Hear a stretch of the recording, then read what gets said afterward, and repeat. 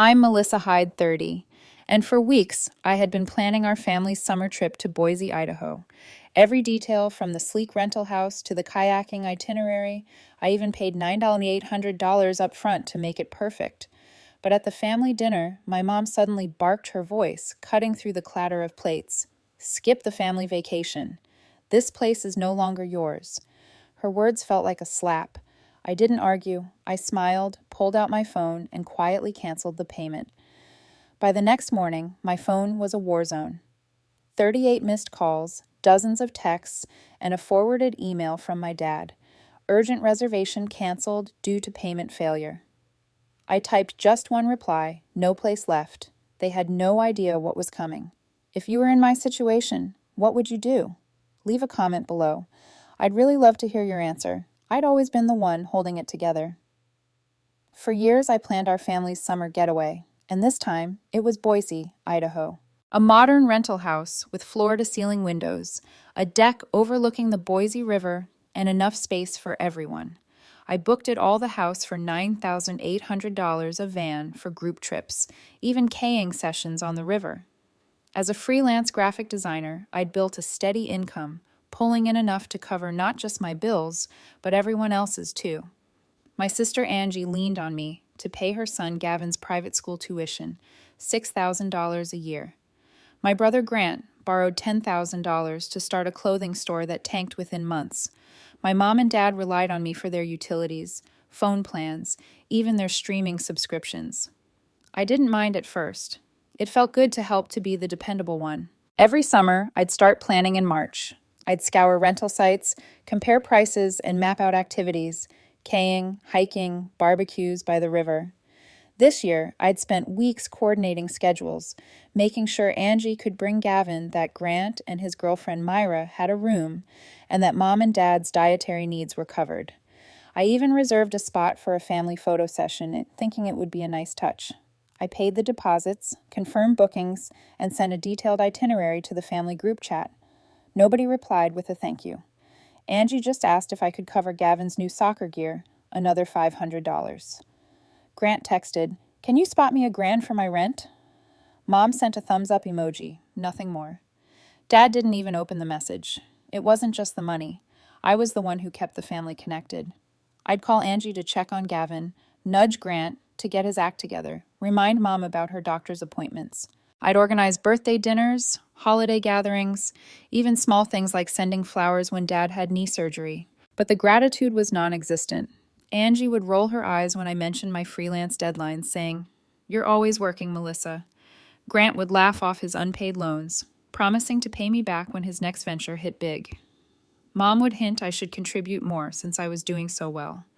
Dad just nodded along, never stepping in. The Boise trip was supposed to be special.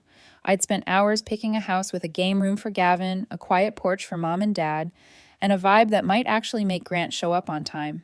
I'd budgeted $15,000 total, covering not just the house, but gas, food, and activities.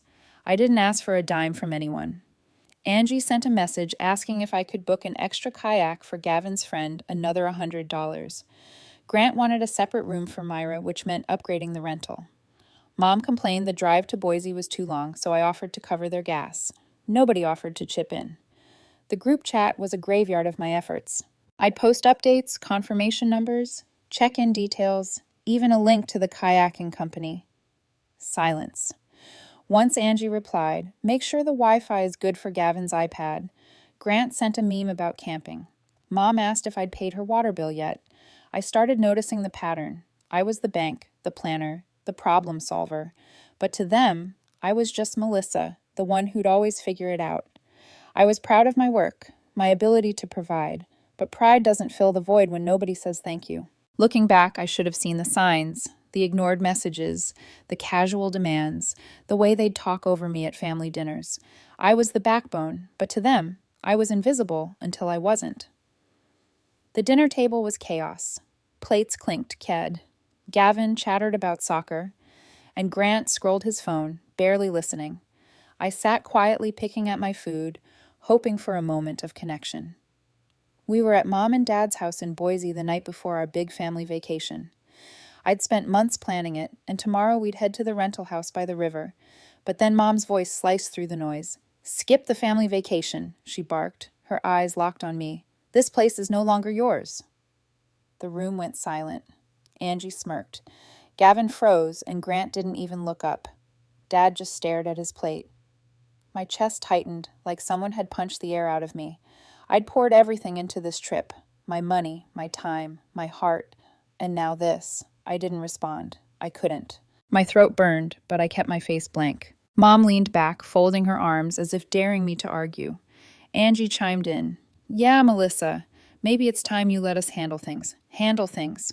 Angie, who hadn't paid a single bill in years. Grant, who'd blown my $10,000 loan on a failed store. I wanted to scream, to list every sacrifice, Gavin's tuition, their utilities, this entire vacation. But I didn't. I forced a smile, nodded, and reached for my phone under the table. My fingers moved fast, pulling up the rental company's app. $9,800 for the house, gone with one tap. The van deposit, another $500, canned. I didn't say a word. Nobody noticed me tapping away. Not even Dad, who usually caught everything. The sting of Mom's words kept replaying. This place is no longer yours. After years of footing their bills, planning their trips, being their safety net, I was disposable. I'd spent countless nights working late to cover Gavin's school fees, skipped my own plans to bail Grant out, even paid Mom's phone bill when she forgot. And now I was being kicked out of my own family's plans. The betrayal cut deeper than I expected. I wasn't just hurt, I was done. My smile stayed plastered on, but inside something snapped. I wasn't going to beg for their respect. I'd show them what happened when I stopped carrying their weight. As dessert came out, Angie started talking about the kayaking I'd booked, acting like nothing happened. "Gavin's so excited," she said, not even looking at me. Grant mumbled something about bringing Myra along, assuming I'd already paid for her spot. Mom changed the subject to her garden, and Dad just nodded, avoiding my eyes. I kept quiet, my phone still warm in my hand. The cancellations were already processing. Confirmation emails would hit their inboxes soon. I didn't care. They could figure out their precious vacation without me. I pushed my plate away, stood up, and said I had a work call. Nobody questioned it. They never did. Back in my room, I stared at the ceiling, the weight of their words sinking in. I'd given them everything, over $200,000 across the years. My energy, my dreams. I'd put off trips, savings, even relationships to keep them afloat. And for what? To be told I didn't belong. My phone buzzed. A notification from the rental company confirming the cancellations. I didn't feel guilty. I felt free, like a knot in my chest had finally loosened. I wasn't going to tell them. Let them find out when they tried checking in tomorrow. Let them scramble. I'd been their backbone for too long, and they'd just cut me out. Now they'd see what it was like without me. I didn't sleep much that night. My mind raced, replaying every moment I'd let them take me for granted. The group chat stayed silent. No apologies, no questions, just nothing. I checked my email one last time before bed. The rental company had sent a final notice. Payment withdrawn, reservation terminated. I closed my laptop and exhaled. The next morning, all hell broke loose. My phone buzzed at dawn, but I ignored it. I knew what was coming. By 7 a.m., the family group chat exploded with messages. Angie was the first to lose it, posting a screenshot of an email from the rental company.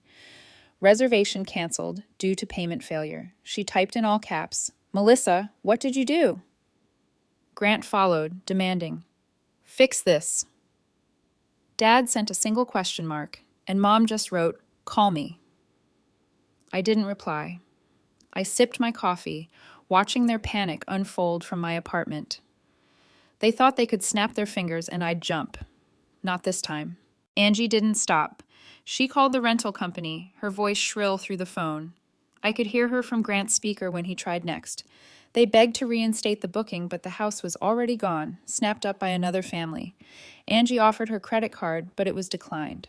Her limit was maxed out from Gavin's school fees I'd been covering. Grant tried his debit card, but he didn't have enough to cover the $9,800 fee. He fumbled the booking reference number, mixing up digits, and the agent hung up on him. I wasn't surprised. They'd never paid attention to the details I handled, confirmation codes, deposit deadlines, all the stuff I juggled for years. By noon, the group chat was a war zone.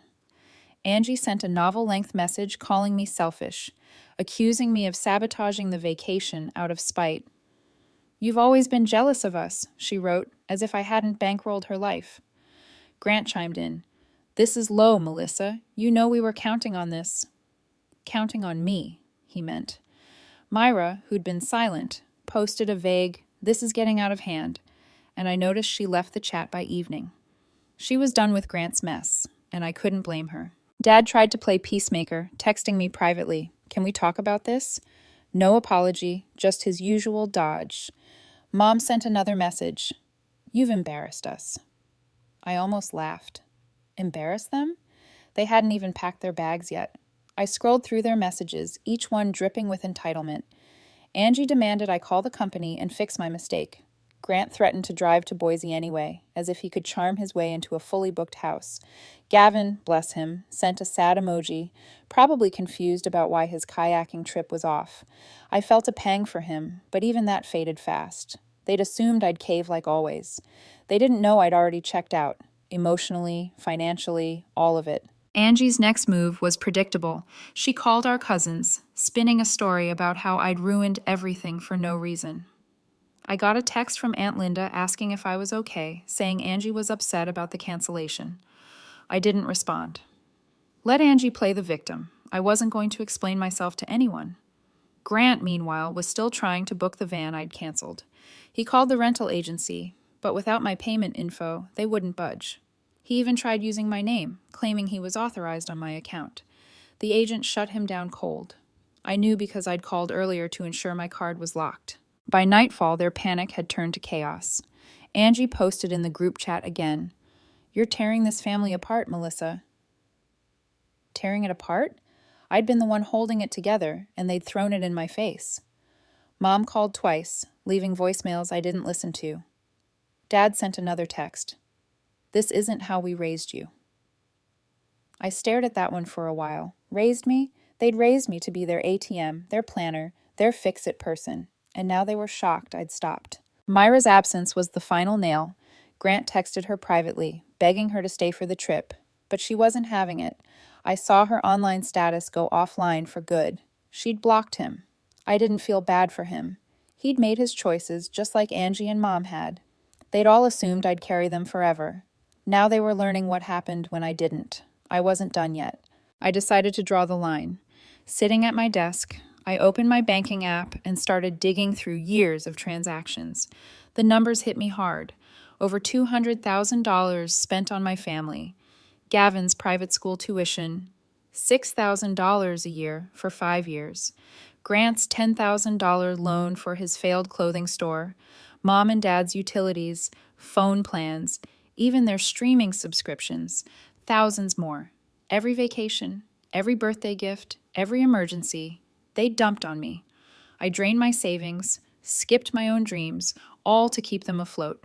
My screen glowed with the evidence, and I felt sick. They'd taken it all for granted, and Mom's words, "This place is no longer yours," were the final straw. I logged into the joint account I'd set up for family expenses. It was my money, but they all had access. Angie for Gavin's fees, Grant for his emergencies, Mom for random bills. I'd funded it for years, assuming they'd appreciate it. They didn't. With a few clicks, I froze the account. No more withdrawals, no more access. I sent a confirmation to my email, locking them out completely. My phone stayed silent. No one had noticed yet. They would soon. Next, I opened my messaging app and typed a text to Grant. "You owe me $10,000. Payment due in 30 days. I hit send. No explanation, no pleasantries. He'd borrowed that money 2 years ago, promising to pay me back when his store took off. It never did. He'd spent it on inventory that never sold, leaving me to cover his rent when he came crying. I wasn't playing that game anymore. I knew he wouldn't have the money. He was broke, living off odd jobs and Myra's patience. But I wanted him to feel the weight of what he'd taken. Then I turned to my laptop and started searching for flights. Alaska had been my dream since college. a solo trip to see glaciers, hike trails, breathe air that didn't carry anyone else's expectations. I'd put it off for years, always prioritizing their needs. Not anymore. I found a flight to Anchorage, leaving in a week, and a small cabin rental near Denali National Park. I booked it all: flight, lodging, even a guided hike, using my personal account, the one they couldn't touch. The total came to $4,000, a fraction of what I'd spent on them. For the first time in years, I was spending on myself. As I confirmed the booking, a weight lifted. I wasn't just cutting them off financially, I was reclaiming my life. No more late-night calls from Angie begging for Gavin's school fees. No more excuses from Grant about his next big idea. No more passive nods from Dad or Mom's endless demands. I'd been their crutch, and they'd leaned so hard they forgot how to stand. Now they'd have to learn. I checked the group chat one last time. Angie was still raging, blaming me for the canceled vacation. Grant had sent a half-hearted, "We'll figure it out."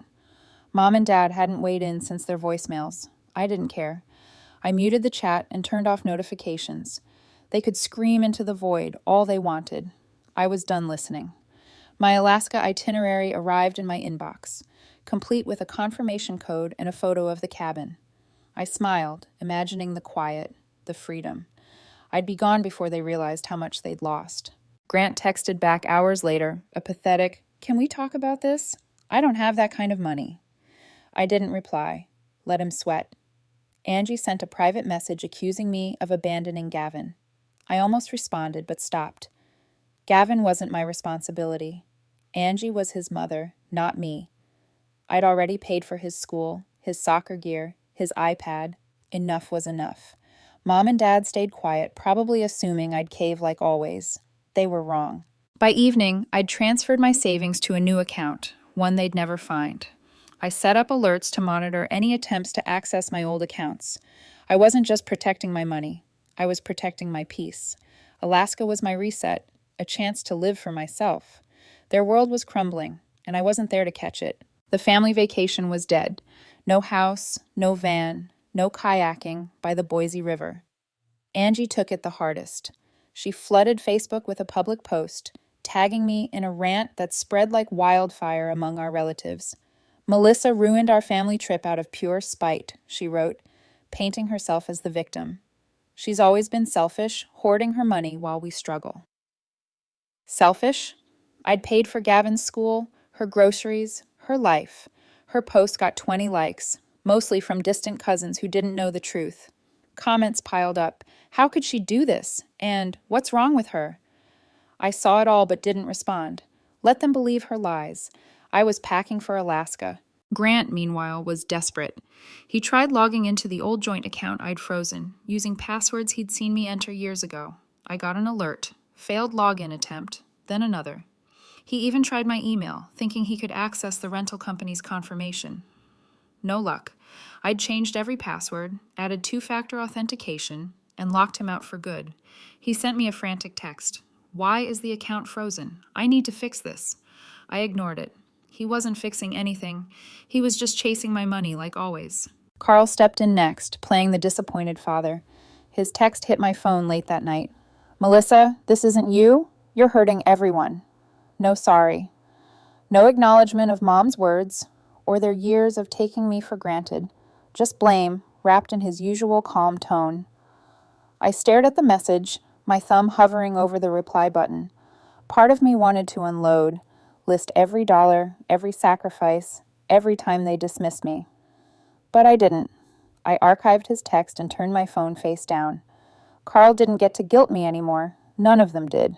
Angie's Facebook post kept growing, shared by her friends, even reaching our old high school group.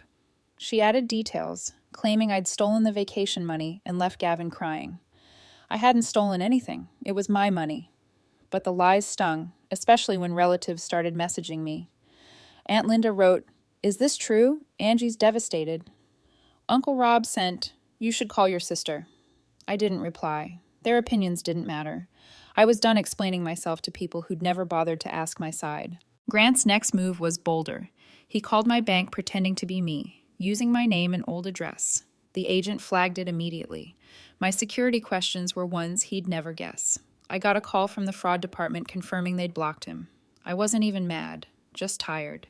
Grant had always been reckless, assuming I'd clean up his messes. Not this time. He sent another text. "You're making this worse for everyone." I didn't open it. My focus was elsewhere, on my Alaska itinerary, the cabin by Denali, the hikes I'd planned. Mom stayed quiet, which was worse than her usual nagging. Her silence felt like judgment, like she was waiting for me to crack. She'd always known how to push my buttons, but I wasn't biting. I checked my email instead, confirming my flight to Anchorage. The ticket was real. The cabin was booked, and I could almost taste the freedom. I'd spent years tethered to their demands, but now I was cutting the ropes. They could scream, cry, or post all they wanted. I was out. The group chat had gone cold. No new messages, no apologies, just a void where their demands used to be. Gavin hadn't texted since his sad emoji, probably caught in Angie's drama. Myra was long gone, her social media silent after she'd blocked Grant. I didn't feel sorry for any of them. They'd built this mess, leaning on me until I broke. Now they were facing the consequences, and I was walking away. I packed my suitcase that night, folding hiking gear and a journal I hadn't touched in years. Alaska was days away, and I wasn't looking back. Their chaos was theirs to handle now. Alaska was everything I dreamed. The air was crisp, the glaciers gleamed under a pale sky, and for the first time in years, I felt light. I stood on a trail near Denali, my boots crunching snow, my journal tucked in my backpack. No phone buzzing, no demands pulling me back. I didn't think about Angie's rants, Grant's schemes, or Carl's guilt trips. I was free, and it felt like breathing for the first time. Back in Boise, the family was falling apart. The rental company sent a legal notice suing them for unpaid fees tied to the canceled house. They'd tried to pin the $9,800 bill on me, but my name wasn't on the final contract. Angie's was, from when she'd tried to fix the booking. The debt landed on her, and she had no way to pay. Grant was no help, still broke and dodging his own $10,000 debt to me. Carl and Mom faced the fallout too. As relatives heard about the lawsuit, Aunt Linda posted on Facebook, "What a mess," and cousins stopped inviting them to gatherings. Their reputation unraveled, and I wasn't there to clean it up. Nobody reached out to apologize. Angie's last Facebook post called me heartless, but it got fewer likes this time. People were tiring of her drama. Grant sent one final text. "You win." Okay. No sorry, just resentment. Carl left a voicemail, his voice heavy, saying, "We need to talk." Mom stayed silent, probably too proud to admit they'd screwed up. Gavin was the only one I felt for, caught in their mess. But even he didn't message. I let it go. They'd made their choices, and I'd made mine. I spent my days in Alaska hiking, sketching landscapes, and working on freelance projects from my cabin. I landed a new client, a startup, paying double my usual rate. My bank account grew, unburdened by their endless needs. I started a blog, writing about my hikes and the peace I'd found. Readers left comments calling my journey inspiring. For the first time, I felt seen not as a wallet or a fixer, but as Melissa, the woman who'd taken her life back. The family's chaos faded from my mind. I didn't check their social media or answer their calls. I heard through Uncle Rob that Angie was scrambling to borrow money for the lawsuit, but nobody would lend to her. Grant was couch surfing. Myra, long gone. Carl and Mom moved to a smaller apartment, unable to afford their old bills without my help. I didn't gloat. I just didn't care anymore. They'd built their lives on my sacrifices, and when I stopped giving, their world collapsed. That wasn't my fault. One night, sitting by my cabin's fireplace, I wrote in my journal. I listed what I'd learned. Their dependence had chained me, stealing years of my freedom. I'd thought being the reliable one was my strength, but it was my cage. Every dollar I gave them, every plan I made, had chipped away at my own dreams. Alaska showed me I was worth more than their demands. I deserved to live for myself, to chase my own joy. I vowed never to let anyone, family or not, take that away again. I thought about others out there carrying the same weight I had. I wanted to tell them, your value isn't in what you give others. It's in who you are. Don't let their needs drown your dreams. Set boundaries. Say no. And walk away if you have to. Freedom is worth it. I'd spent over $200,000 and countless hours on people who didn't see me. Now I saw myself clearly. As my trip ended, I booked a flight back, but not to Boise. I chose Seattle, a fresh start. I'd already lined up an apartment and a new project with my client. The family could keep their drama. I was done with it. My life was mine now, and I wasn't looking back. I'd learned to value myself, and that was everything.